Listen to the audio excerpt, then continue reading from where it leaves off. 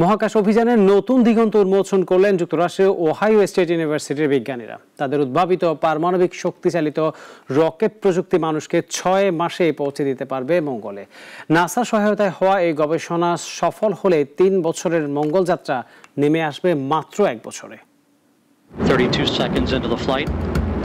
মঙ্গলে পৌঁছানো হবে আরও দ্রুত, এমন প্রযুক্তির খোঁজ পেয়েছেন মার্কিন বিজ্ঞানীরা। নতুন ধরনের পারমাণবিক শক্তিচালিত রকেট 6 মাসেই মানুষকে পৌঁছে দিতে পারবে লাল গ্রহে। ওহাইও স্টেট ইউনিভার্সিটির গবেষকদের উদ্ভাবিত এই সেন্ট্রিফুগাল নিউক্লিয়ার থার্মাল রকেট প্রযুক্তিতে তরল ইউরেনিয়াম ব্যবহার করে সরাসরি জ্বালানিকে উত্তপ্ত করা হয়। এতে জ্বালানি সাশ্রয় হয়, আবার বাড়ে গতি। গবেষকদের দাবি, প্রচলিত রাসায়নিক রকেট বা আগের প্রজন্মের পারমাণবিক ইঞ্জিনের চেয়ে এটি অনেক বেশি কার্যকর। নাসার আর্থিক সহায়তায় পরিচালিত এই গবেষণায় বলা হয়েছে, সফল হলে মঙ্গল অভিযানের সময় 3 বছর থেকে নেমে আসবে মাত্র 1 বছরে। একমুখী যাত্রা সম্ভব হবে 6 মাসে। ভবিষ্যতে শনির মতো বহু দূরের গ্রহেও রোবট পাঠানো যাবে এই প্রযুক্তির মাধ্যমে। তবে এর আগে কাটিয়ে উঠতে হবে বেশ কিছু প্রযুক্তিগত ও প্রকৌশলগত চ্যালেঞ্জ।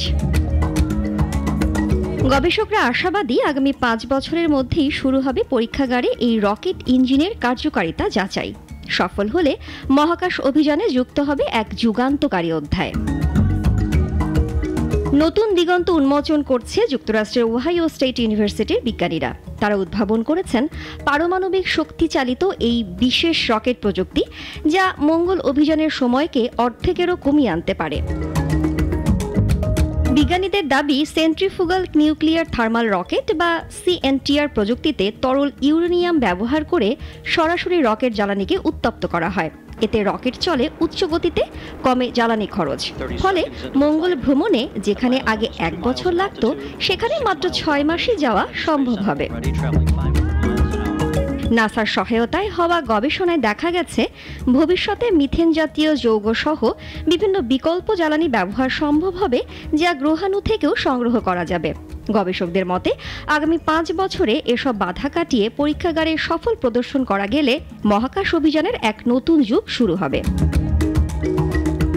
বিজ্ঞানীদের আশা, শীঘ্রই এই প্রযুক্তি পরীক্ষাগারে বাস্তব রূপ নেবে এবং মহাকাশ গবেষণায় পারমাণবিক প্রপালশন হবে নিয়মিত অগ্রাধিকার। পূজা শ্রীভদ্র, নাগরিক।